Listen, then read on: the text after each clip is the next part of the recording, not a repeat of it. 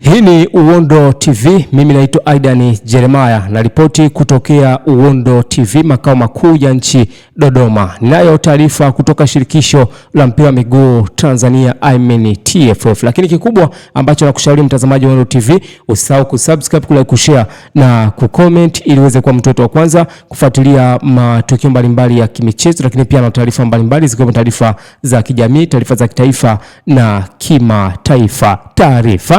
Shirikisho la mpira wa miguu Tanzania TFF limepanga kutoa mwongozo wa jinsi wachezaji wa kike wanaoweza kufanya vipimo vya kudhibitisha jinsia, yani gender verification test. Mwongozo huo utaanza kutumika msimu ujao wa ligi za wanawake, ambapo pamoja na mambo mengine utaainisha vipimo ambavyo anatakiwa kufanywa mchezaji aliyeramikiwa.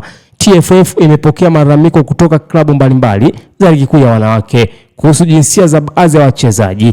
Hivyo, kwa msimu wa 2025-2026 hakuna mchezaji aliyezuiwa kucheza kutokana na malalamiko hayo. Imetolewa na Clifford Mario Ndimbo ambaye ni ofisa habari na mawasiliano TFF, Oktoba 8, 2025. Hii ni Uondo TV, Uondo michezoni.